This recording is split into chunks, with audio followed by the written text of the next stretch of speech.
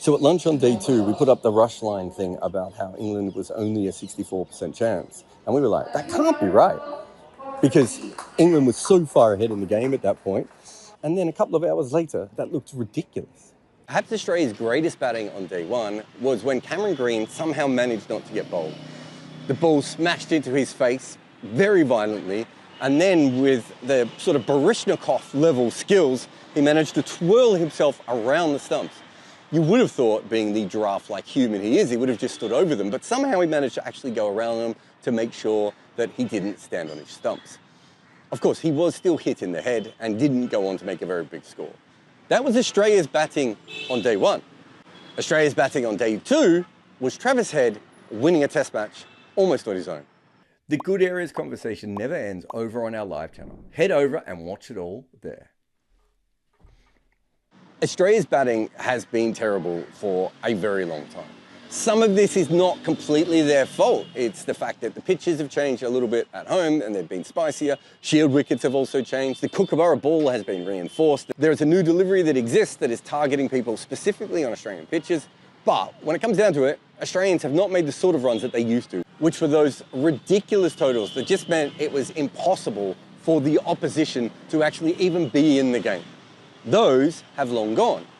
And Travis Head's form over the last couple of years has been patchy in Test cricket. It's not always been bad. He's played some fantastic innings in and around that, but he hasn't made the sort of runs he did when we all went, oh, he can actually bat really good now.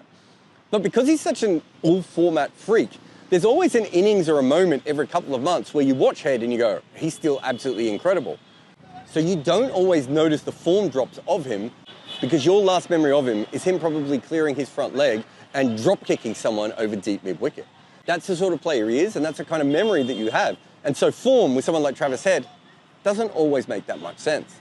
And nothing about this game made any sense at all. It looked a lot harder to bat on day 2 than it did on day 1, and yet results will tell you that is not the case. Everyone was waiting for this pitch to even out and be a pudding, because that's what happened last year, and again, not quite happening. In fact, at times on day 2, it looked a lot tougher to bat than on day 1. So a chase of 205 in a game like this is confusing because it doesn't take that long to get to 205 runs. But at the same time, you are thinking to yourself, can anyone make runs on this surface?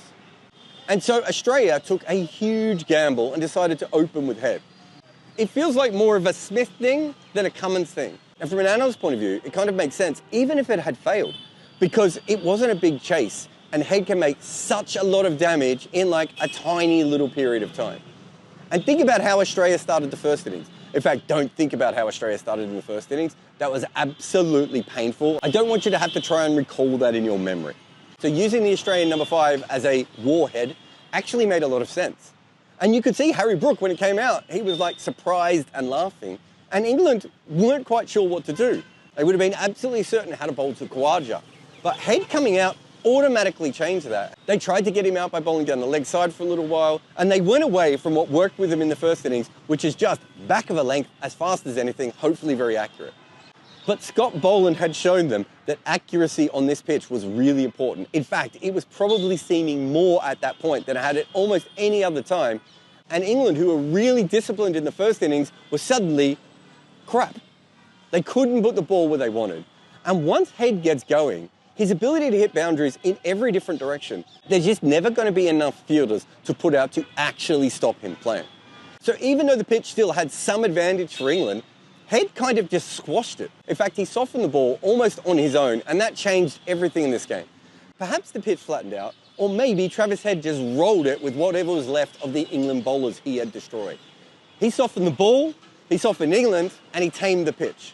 And remember, this England attack looked almost perfectly suited for this surface in the first innings, and in the second, they looked like bantha fodder. Head just set them alight routinely. And in a test match where we were all worried about attacking batting, Head came out and played one of the greatest fourth innings masterclasses you will ever see. 205 looked like 25 when Travis Head was batting. Several times during this match, England threatened to take the game away. They didn't. Head did. Are you as chronically online as Moses Enriquez? Then here's another video for you. Or if you also like books and stuff, you can buy my new one on the art of batting.